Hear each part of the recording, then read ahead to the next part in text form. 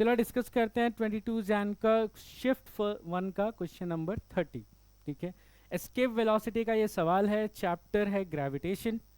इस सवाल को कैसे अप्रोच करें, तो escape velocity for a spherical planet A, तो ए प्लैनेट के लिए दे रखा है 10 किलोमीटर पर सेकेंड। ऑब्वियसली ये प्लैनेट अर्थ नहीं है, क्योंकि अर्थ के लिए 11.2 किलोमीटर पर सेकेंड होता है। The escape velocity for another planet B whose density and radius are 10% of those planet A. Okay, तो हमें यहाँ पे straight forward formula based question पूछा गया है। तो हम क्या करेंगे, पहले एस्केप वेलोसिटी का फॉर्मूला रिकॉल करेंगे। तो आप सबको पता ही है एस्केप वेलोसिटी का फॉर्मूला होता है root capital G from the surface of a planet, capital G capital M divided by capital R. ये हम इसके velocity from the surface of planet ले रहे हैं। ठीक है, बट ये फॉर्मूला हमें थोड़ा सा मॉडिफाई करना पड़ेगा, क्योंकि हमें डेंसिटी के टर्म में लाना है ये फॉर्मूला। ठीक है, ये फॉर्मूला जो है हमें डेंसिटी के टर्म में लाना है।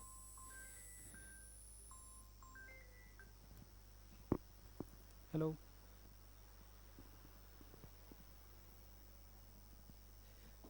डेंसिटी के टर्म में लाना है, उसके लिए हम क्या करेंगे, यहाँ पर कैपिटल जी को तो ऐसे ही रहने देंगे, बट जो कैपिटल एम है उसको हम देखो क्या लिखने वाले। कैपिटल एम को लिखा जा सकता है, या मास को क्या लिखा जा सकता है, डेंसिटी इनटू वॉल्यूम, और यही मैं यहाँ पे कर रहा हूँ।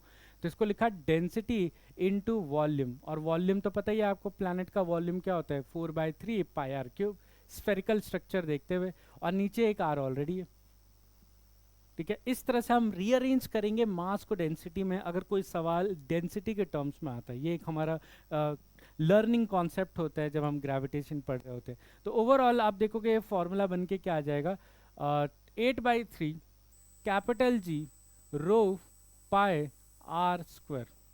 ठीक है, इस तरह से। और अगर आप दोनों प्लैनेट्स को कंपेयर करोगे तो दोनों प्लैनेट्स का पाई तो सेम है, जी सेम है, 8/3 सेम है।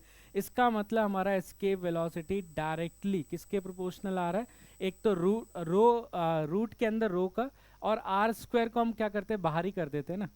तो आर स्क्वायर को तो बाहर ही कर देते हैं हम लोग आर के, तो इसके प्रोपोर्शनल है। अब हमें रेशियो लेना इजी होगा और वैल्यू कैलकुलेट कर पाएंगे। बस यही देख लेते हैं कि दोनों की डेंसिटी कितना है। तो प्लैनेट बी की जो डेंसिटी है वो 10% है ए का, तो 10% मतलब 10/100 into planet A, which is equal to 0.1 times of the density of A. और बी का जो रेडियस है वो भी 10% है ए के, तो 10% ऑफ रेडियस ए, और ये भी आ जाएगा 0.1 ऑफ रेडियस ए। अब इसको हम यूज करेंगे सॉल्व करने के लिए। ठीक है, तो हम रेशियो ले लेते हैं, प्लैनेट बी की escape velocity divided by planet A, density of planet B divided by density of planet A, dot बाहर की तरफ density of radius of planet B divided by radius of planet A. और ये सारी values put कर देते हैं। तो जैसे आप यहाँ पे पुट करोगे तो ये 0.1 टाइम्स ऑफ डेंसिटी ऑफ ए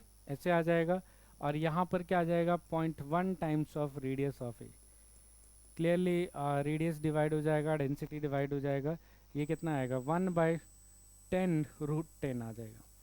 तो अपना पास b की जो एस्केप वेलोसिटी है वो कितने टाइम्स हो जाएगी, a की एस्केप वेलोसिटी डिवाइडेड बाय 10√10, क्योंकि इधर डिनोमिनेटर में a है ना, तो उधर जाके न्यूमरेटर में। अब a की एस्केप वेलोसिटी देख लेते हैं कितनी है। a की एस्केप वेलोसिटी है 10 किलोमीटर पर सेकेंड, तो यहाँ पे लिख देते हैं 10 किलोमीटर पर सेकेंड डिवाइडेड बाय 10√10, और यहाँ से कितना आ जाएगा, 1/√10 किलोमीटर पर सेकेंड। अब देखते हैं ऑप्शंस को चेक करते हैं। तुम्हारे पास ऑप्शन, ओ वेरी केयरफुली देख रहे हो, ट्रिक करने के लिए क्या किया है, मीटर पर सेकेंड में पूछ लिया है।